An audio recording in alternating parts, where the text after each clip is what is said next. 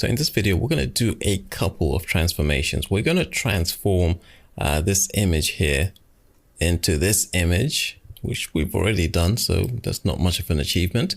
But we're also going to create something that looks a little bit like this out of that image. So the starting point is this workflow. This is a workflow that emerged in the early days of SDXL, and it's one of the workflows that I think was really designed by someone who maybe was coming from Automatic 1111, because it's got some interesting features in it that are Automatic 1111. But what we want to do is to use a Lora file to create this type of image, and it's going to be the paper cut one. So we'll see how to set things up. We'll do a transformation on the workflow and then a transformation of the image itself. Now, the problem with the workflow is that I've messed it up a little bit. It's all kind of disorganized. We can go here and we can choose the light theme, and we can actually see what things look like. There's this sort of box here inside of Comfy UI, and I want to move everything into that box, but I want to change the flow of things. So we've got the refiner, which comes second right at the top. Look at this image, it's beautiful. We've got this hourglass, we've got the city inside the hourglass, another city and a clock inside the hourglass. It's amazing what Stable Diffusion comes up with. And this is done using a very unorthodox workflow. But what we want to do is to move everything down here, but we want to put the base right at the top, and we want to put the refiner at the bottom. And I also want to just organize things a little bit better. Now, with Comfy UI, it's generally a good idea to work from top left to bottom right. You don't have to. Things will work just fine if you're working from base, from the lower left to the upper right. But in general, you want to be able to move things around easily. So let me show you how to do that first. We've got very quickly here, we've got the base model here. It's 0.9. So we need to change that to 1.0. We've got a sampler. We've got the initial image. It's all a little bit messy. I'll give you the starting point and also the ending point for this particular edit. So you've got two workflows that you can look at.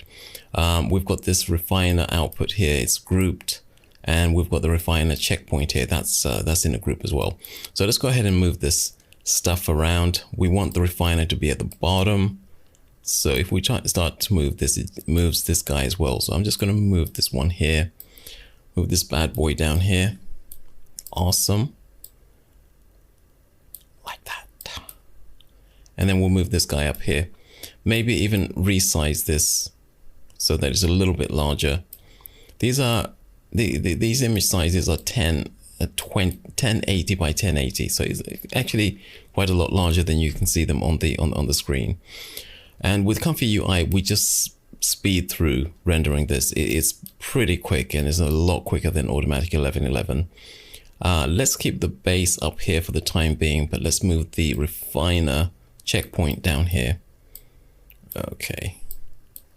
And then let's move the refiner sampler down here as well.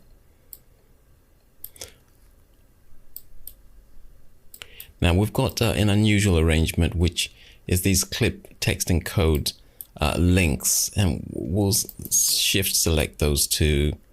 And if we shift select, we should be able to move both of them at the same time. That's it. Awesome. And now let's move we've got this group here, which is SDXL 0.9, which is the title for the entire workflow, I think. Let's change that to prompts, and let's use this as a group for the prompts. And we can now just resize this.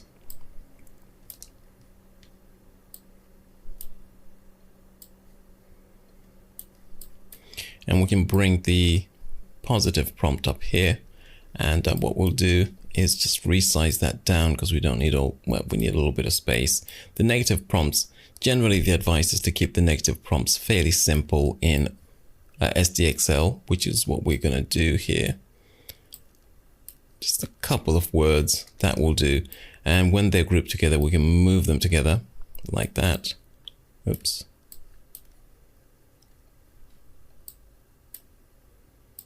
And I think things are looking a little bit neater, a little bit more organized. We've got a Lora here, which we don't really want because that's kind of like spoiling the game.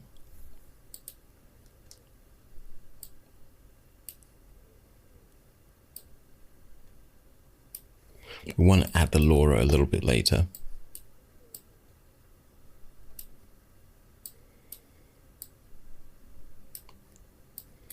Now I know that there are some VAEs down here, so we can actually move these out of the way. Maybe move the VAEs out and just collapse them by clicking there. We won't be having much to do with these ones in this lecture. So that's basically how you organize things inside of the Comfy UI. And that's looking good. That's looking good. Let's change the colors back to dark. Okay, that's looking good. Now this is going to be one of the workflows. Well, this is going to be like the midpoint in the workflows.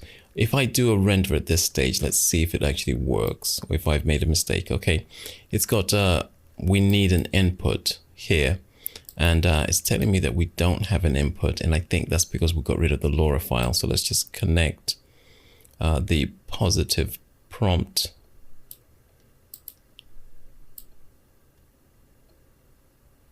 No, that's the negative prompt. Let's just connect that, and we'll connect this as well.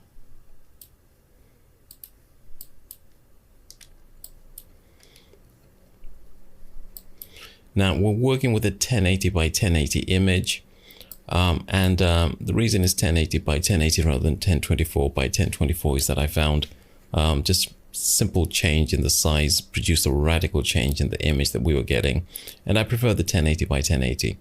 Now with automatic 1111, we really shouldn't be going below 1024 by 1024. Once you get down to say about 512, with SDXL, we should not go down below about 1024 by 1024.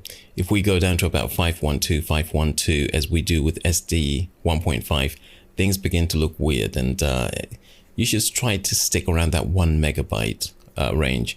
You can work with larger files sometimes, but 1 megabyte seems to be a sweet spot. Now, this particular workflow is a bit unusual in that it's using a standard case sampler for the base, and it's also using a standard case sampler for the refiner. It's not using an advanced case sampler. The author of this decided to use a low noise level for the refiner, and I think it actually works out fine most of the time. I mean, it's sort of a little bit of a waste of the role of the refiner. It's not really the orthodox way. So we're going to change the method so that it uses an orthodox method. And the initial one, it's 20 steps. It looks fine. It works just fine. I'm not going to be changing that. What we'll do is to, first of all, maybe even now add the Lora file. But before we do that, let's try to explain what's happening with these clip text encodes, because we've only got two prompts. We've got one negative and one positive. They're both being used for the checkpoint here and the checkpoint there. How do we do that? How do we arrange that? This is something you might see from time to time, and you might want to replicate it. So I'll show you exactly how we do that. Now, what we have here is a collapsed unit, a collapsed node. If I, let me not right click, let me double click and come here, we choose clip and we choose text to conditioning. That gives us one of these boxes, and these boxes need to be attached to a primitive. So this is actually a primitive, and the primitive is called up by going to add node, utilities, primitive. And the primitive doesn't have any kind of role to play. What we need to do is to give it a role to play. So if we connect it to the text here, that connection will convert it to one of these boxes. Now, for whatever reason, whenever I try to do this, Comfy UI starts throwing a hissy fit. I think it's maybe to do with the software that I'm using to record. or maybe there may be an error inside the Comfy UI. But if I try to connect this now, it will just produce an error. So I'm not going to try to do that. But essentially, to produce one of these units, that's the workflow. You would then connect this to this input here, to this connect the text here. That would convert this to this guy here. And I think what they've done here is just basically, let's see, gone to colors and changed the color. And I think I went ahead and just gave some rounded corners to the edges there. So some of the edges a little bit rounded. I prefer to do that. So that's what I did there. That was my contribution. And some of the edges are square, obviously. But I think just basically click, drag, connect. That should turn it into into one of these bad boys here, into one of these prompts, or one of these text boxes. Obviously, this guy here would then connect to the clip coming from the model, and this then would connect to either the positive or the negative, depending on which prompt you're connecting it to. I'm afraid I can't demonstrate it more than that because, like I say, my software begins to throw a glitch every time I do that. But that's basically how they do that, and it allows you to have just two prompts that we use both for the refiner and the base model. Now, the next thing I want to do is to add a Lora file, because that allows us then to see how Loras work inside of SDXL. Now, the result that we got here actually involves using a trigger word, and we're using the trigger word, which is papercut. So just putting that word there changed the look and appearance of the result from something that was like this to something that's more like this. Just putting papercut there did that. Let's add a Lora file. So the Lora file is attached once again between the checkpoint and the sampler. We just drag out the node from the model. We get Lora loader. There we are. And we choose papercut. Now papercut is in the design folder that I created earlier on my system. And then we connect to the model here, and that will disconnect this link here and replace it. There we are. And then we need to connect the clips, otherwise we're going to get an error. And because we're working with this model and this sampler, we need to work on these two clips that are connected to the sampler. So let's open them up, uncollapse them like so. And then I think the approach is going to be to take this clip to the Lora clip like so, and then take this clip, bring it down here, and then take this guy, bring it down here. And that should complete the loop for the clip and also for the model. So we've got the model going up here, the clips going up here, the model coming down here, and the clips coming down here. This behavior where we've got the text being brought in from a preceding node, that's something, I don't think we've seen too much of that, but that's something to bear in mind, that sometimes with Comfy UI, it allows you this kind of backward leaning workflow where you bring things in this kind of way. Sometimes that's really useful for organization. And in actual fact, for this one, it just makes things a little bit neater, just having two sets of prompts. Okay, now the other thing I want to do is to change the behavior of the refiner. We want to actually just see what's going on a little bit more. So we'll change back to spline and then change it back before it drives me nuts. We've got a basic sampler which is running. You'll be able to see the settings when you look at the file. But what I want to do is to change this from a standard sampler to an advanced sampler. So we're just going to go ahead and delete that. And then we'll double click and K-Sampler Advanced. That's the one we want. And then we can begin to connect everything up now. So we need to connect up the latent. Connect the latent to this latent here. And then we need to connect the clips. So we can bring that up, bring this down, open it up, And then this guy here is coming from here. And let's bring that down a little bit. And it's collecting data from the positive. So we connect that to the positive, which must mean this guy here is negative. And that's looking good. We can collapse those two again. And then where is the model? It's all kind of linked together. Down here, we've got the refiner sampler, the advanced sampler, and we've got the refiner model. So we connect those two up. And then we need to do the orthodox arrangement in terms of the samplers. Now, the orthodox arrangement is basically about 3 steps to about 1 step down here. We're going to go with something a little bit different, just a little bit of an alteration to that schedule. We'll go with, we'll start at 20.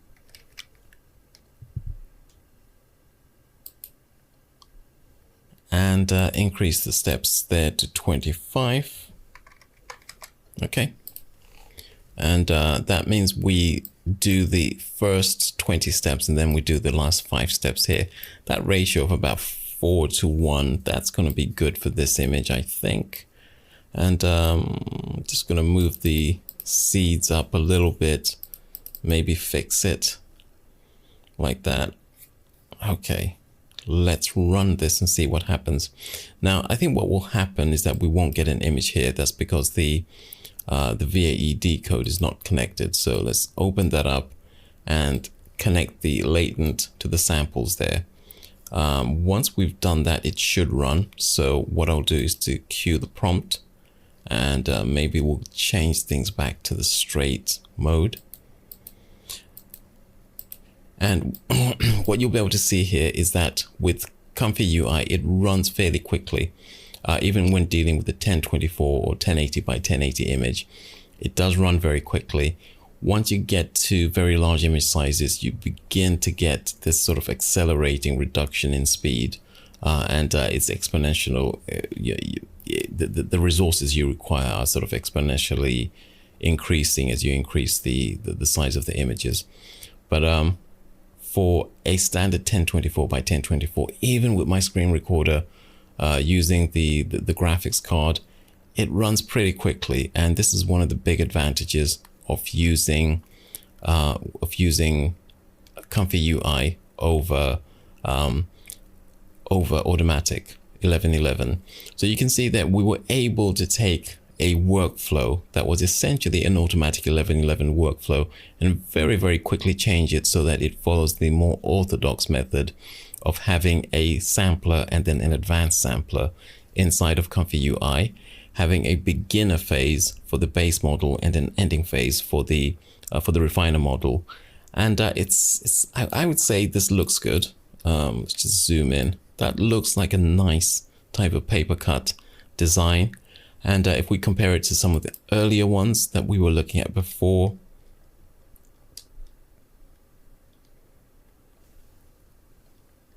you know, I gotta say some of these guys have got nicer looking designs. I like this one here with all the swirly stuff happening. This one is a beautiful one. But with this one, we didn't have too much guidance, did we? But we could always come down here. Even we didn't have much guidance from the designer of the SDXL. And I gotta say, at 325 megabytes, the way Comfy UI handled it and just ran through it very quickly was kind of amazing. Now, what we could do is to come to here. We could click on the settings there and see maybe some of the settings that people have used. And you can see if we open this guy up here, that's beautiful paper cut angel made of paper. Okay, maybe that's the prompt, the kind of prompt we need to use in future. And you can see there, we didn't really need to add this angle bracket stuff in. I don't think it's actually doing very much.